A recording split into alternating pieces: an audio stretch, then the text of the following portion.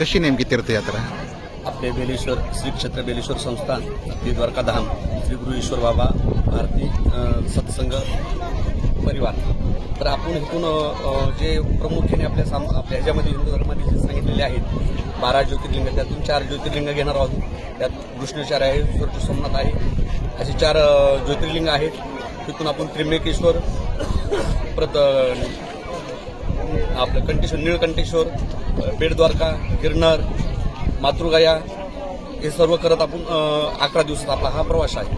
कितवं वर्ष आहे आणि सध्या किती लोक चाललेत? आता सध्याला आपले लोक 300 चाललेले आहेत. हे यात्रेचं आपलं दुसरं वर्ष आहे.